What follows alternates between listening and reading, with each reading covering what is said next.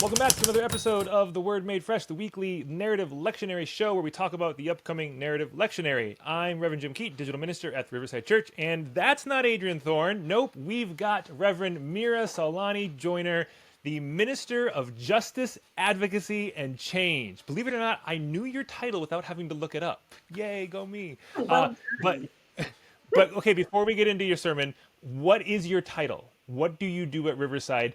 Minister of Justice, Advocacy, and Change. That sounds like it doesn't even fit on a business card. No, no, it doesn't. Just barely. It is a mouthful. I do quite a bit.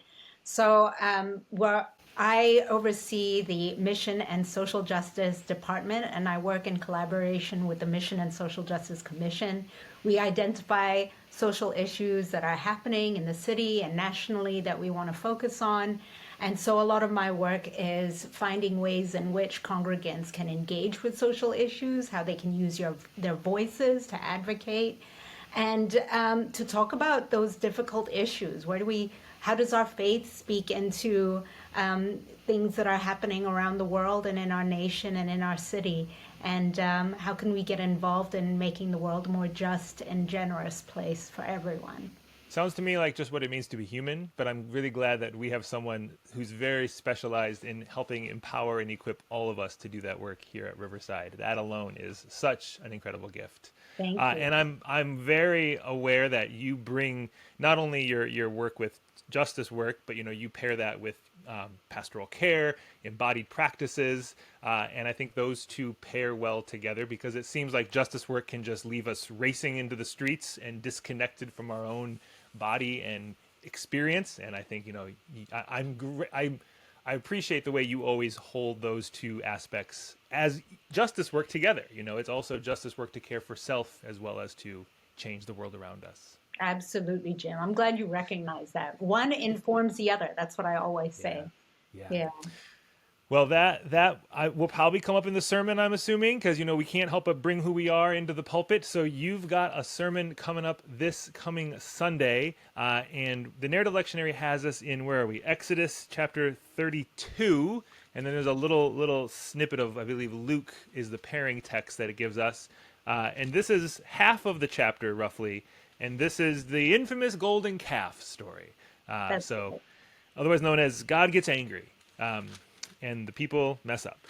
So, par for the course for a lot of the Hebrew scriptures, it seems. But what can you give us like a overview? What's going on in this chapter? What kind of parts of it are you kind of really connecting or resonating or leaning into more than others? Yeah, so Moses goes up to the mountain to talk to God, and he's gone for a good amount of time, around 40 days, would you believe?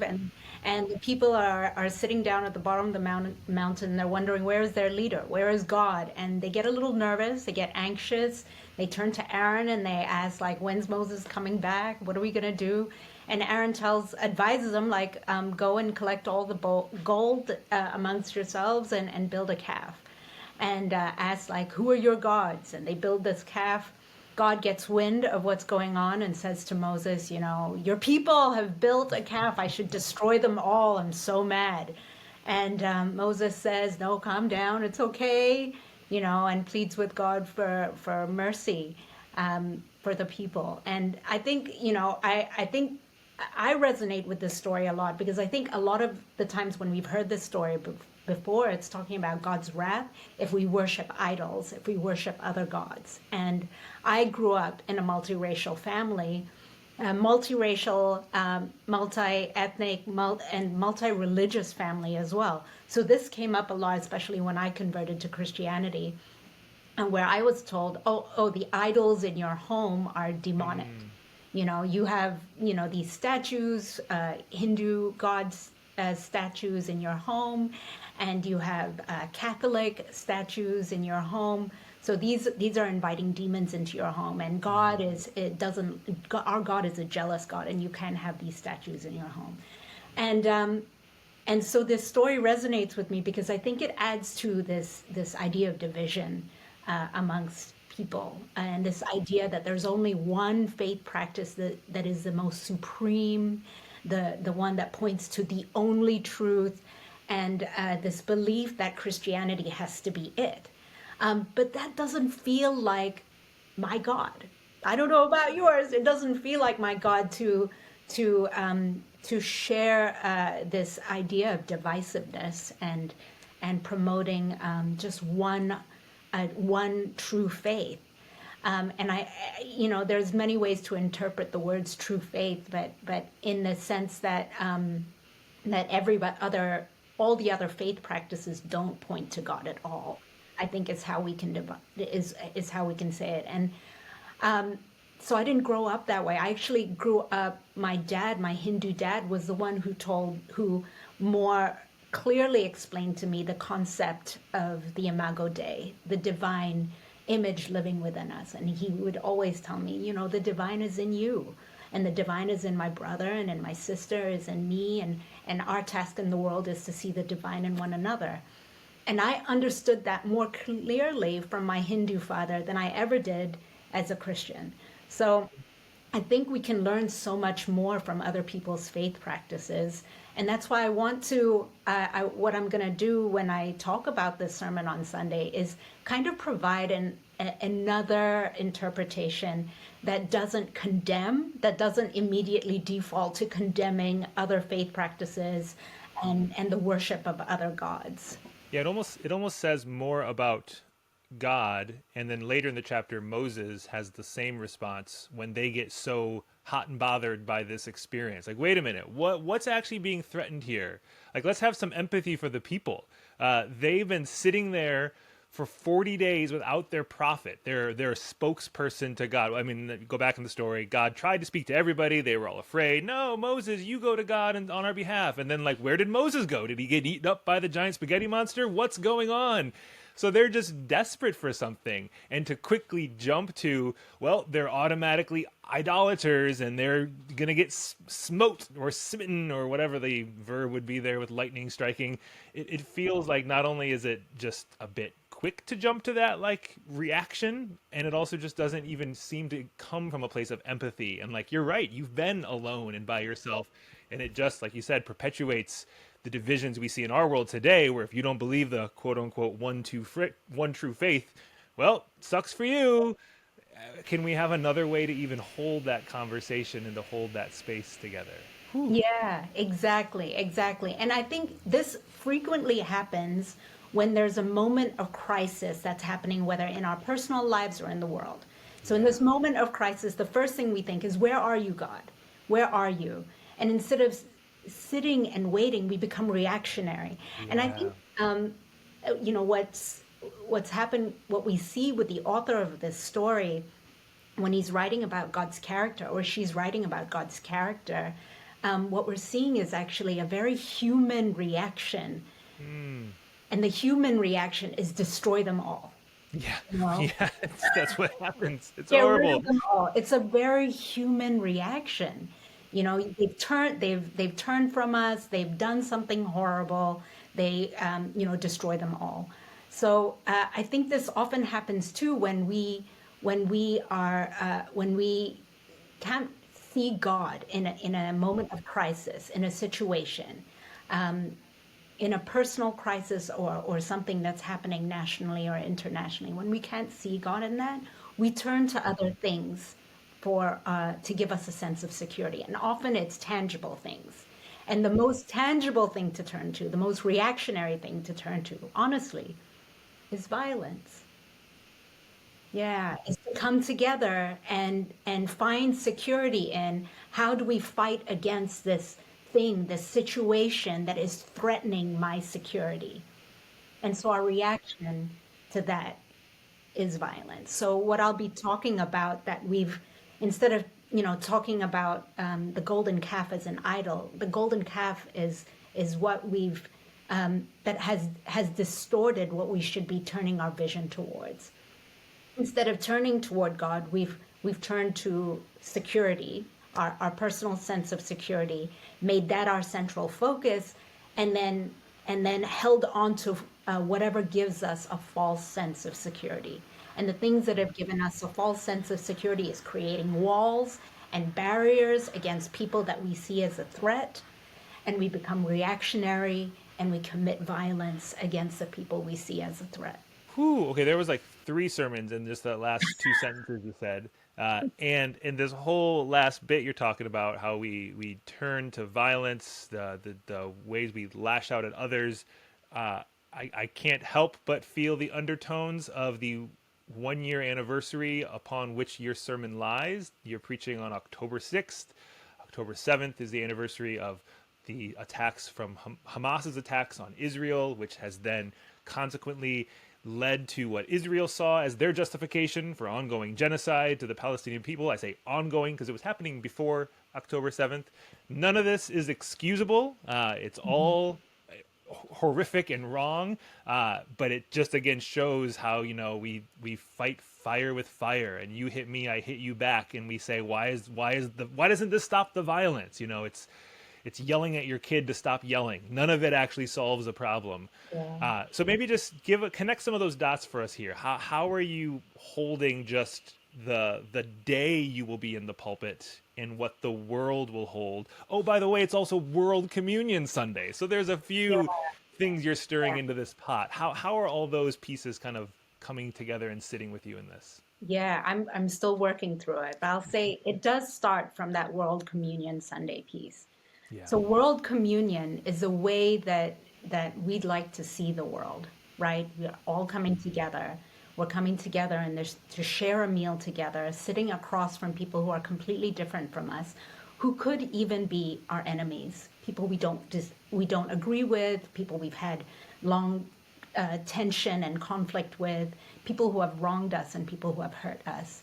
But those aren't the things that immediately come to mind when we go and we receive communion. But that's actually what it means.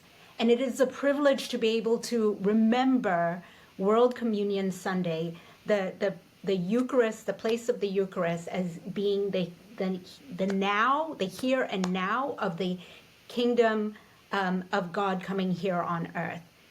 That is the impact and the power of World Communion Sunday. So we don't just go there like a United Colors of Benetton ad, all different races coming together, sharing our bread and wine or whatever we're using.